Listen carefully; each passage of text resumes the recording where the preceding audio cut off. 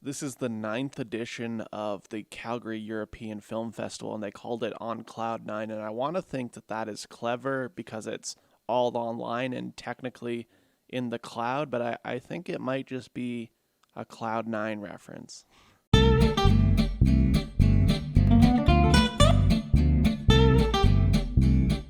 What's up, everybody? Today on the show, we're talking about the Calgary European Film Festival. This is a little festival that takes place here in Calgary every year. I've been going for a few years now. They don't ever play the newest films, but I do find that they play some really rare and hard to get stuff from the last couple years, the previous couple years, and this year we're talking about one slightly older film and one new film. So we're going to start off first with the older one. This came out in 2018. It's called The Delegation. This is an Albanian film. This takes place in 1990s Albania as they were trying to become part of Europe, specifically OSEC, which I guess is the Security Council of Europe or something along those lines. Essentially, Albania is a communist-controlled country. This kind of covers the end of that regime and how it's crumbling apart. It's a really short movie. It's about 80 minutes, and basically, you're with a couple officers in the Communist Party, and they're going to pick up a political prisoner to release him for reasons unknown to you for a little while. I do like that this movie kind of keeps you in the dark on what's happening. The professor, the political prisoner that they're releasing, Leo, he kind of knows about as much as you do as you're trying to figure out what's happening in this film. But right away, he can tell that something is up because they're taking him in a Jeep, not like a regular prison transport.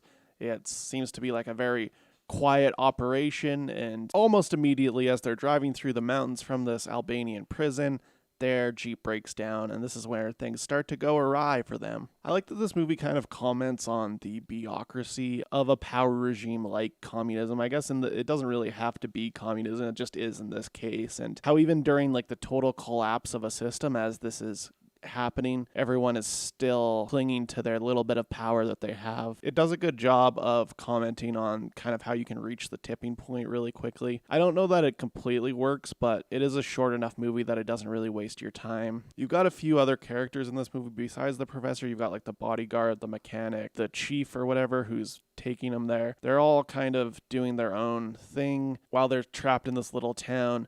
They're very suspicious that if people are communists or not, and it kind of comments on how the workers are clearly in poverty, but they love their country and they love what they do, even though that's clearly untrue. There's suspicious stuff happening all over the place.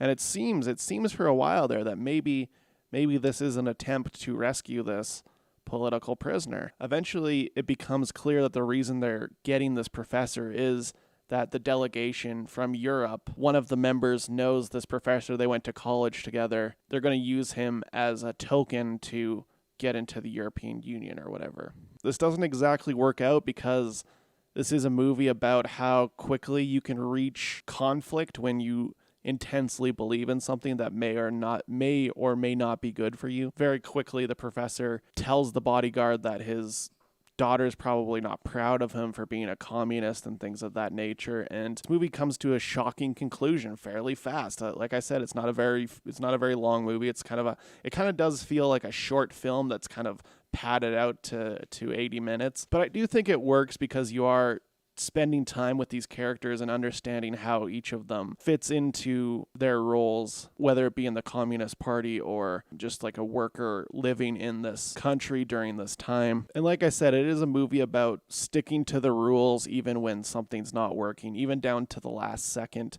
You can see how much of a stickler they are for bureaucracy, and even when it is clearly the end. So for me, this one's going to get 3 stars. I like this one okay.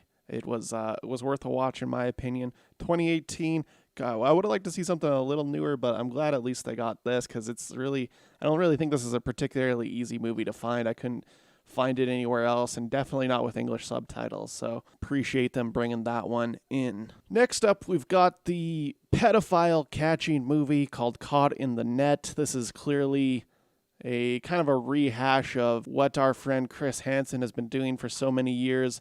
Unfortunately, this one doesn't really get the police involved, so it is kind of just like a freelance documentary catching pedophiles, but not really bringing them to any sort of conclusion. So in this movie, essentially, they cast some girls that could pass for 12-year-olds, and they kind of set up... There is a lot of kind of razzle-dazzle and production to this movie, more so than actual content, I think. They go to the trouble of setting up an entire bedroom setup with like full lighting and everything, and bringing them toys from their childhood and really setting it up to look like a real bedroom.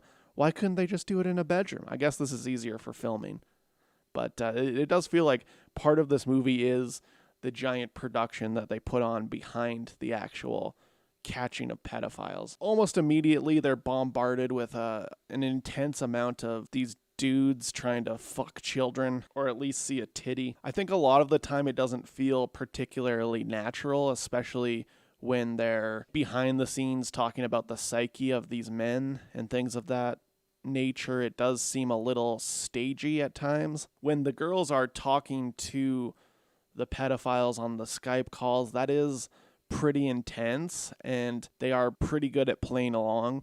I think the issue comes when they finish the calls. They're not particularly upset by this, whereas I think a normal person would be pretty fucked up by this. I'm not saying that these girls are sociopaths, but they mostly laugh at these guys once they're done. And it's like, what if you actually were a 12-year-old? Like, I don't understand why they're not in that mindset. It is funny to laugh at pedophiles too, I guess. It is pretty funny to laugh at them. One thing I noticed for sure is that all of these dudes that are trying to fuck kids have the worst webcams in the world. What's going on there?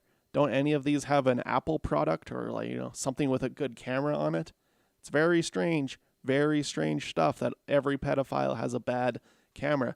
They do the cool guy angle though, always from like below, so you can see their 10 chins and their weird fucking eyeballs. This documentary kind of blurs stuff, but like weirdly, like it doesn't blur people's eyes or mouths, so like you can see their fucking bug eyes spinning around, but not any details of their face. And speaking of blurs, they might as well not even blur out all the cocks in this movie, because you can basically see them. It's like they don't blur out the balls, they just blur out the shaft, but just barely. This isn't a fun movie to watch. It's incredibly horrific at almost every turn. Everybody's just laughing it off, it seems. I don't like... maybe it was just the way they edited it, but the whole vibe of the movie seems like everyone on the crew is laughing it off when a guy sends a fucking picture of a lady fucking a dog. It's like these guys are just laughing it off most of the time. And that's not what I want. Like the real shit, like Chris Hansen, where he's like, what you're doing is fucked up, right? And no laughing. There's no laughing in To Catch a Predator. I've never seen a chuckle in To Catch a Predator. So essentially, once they entrap all of these men, they kind of set up like a fake cafe where they can film in, and they meet all these guys, and they have like some blowout confrontations. One of the girl throws a drink at a guy. It seems stagey. I can't believe how stagey it feels. But again, the police aren't involved in any of this. So none of these people are getting caught. Nothing's happening at all to any of these people. They're just simply confronting pedophiles for a film. The big fish that they're hunting is this guy that works at he's like a camp counselor that one of the makeup lady on the staff knows, and they're trying to catch him. And they do like a big thing where they all go there at the end and confront him. And he's like, what's the point of this? What are you doing? It's like, I'm just going to do this and nothing's going to happen. And that's very clear is what happened. Nothing happened. They just confronted him and they're like, well, maybe you'll stop talking to children. And he's like, I doubt it. And that's just how the movie ends. And it's like, it just feels anticlimactic because they spend all of this time talking to like 2,000 guys and entrapping them and like sending them like photoshopped titty pictures and stuff. It just seems like they're not really doing a good job of catching these people. And I know that the doc's kind of just about the awareness of how many people are actually doing this, and it's like a crazy amount. But I don't know. I just don't think that it's like that well executed. To me, this one's going to be a 2 stars, but I mean, it certainly is worth a watch just if you want to feel bad. If you want to feel bad, this is a good one to watch, Caught in the Net. That's... definitely a good one to watch. All right, guys, if you seen any of these movies, if you want to see them, let me know down in the comments. Don't forget to like and subscribe. You can follow me on all of the social medias at Movie Epidemic on Twitter, Instagram, and Facebook. I will see you guys later. Why don't you play us something, baby? Why don't you play us something? Why don't you play us something, baby? Start? I don't feel so good.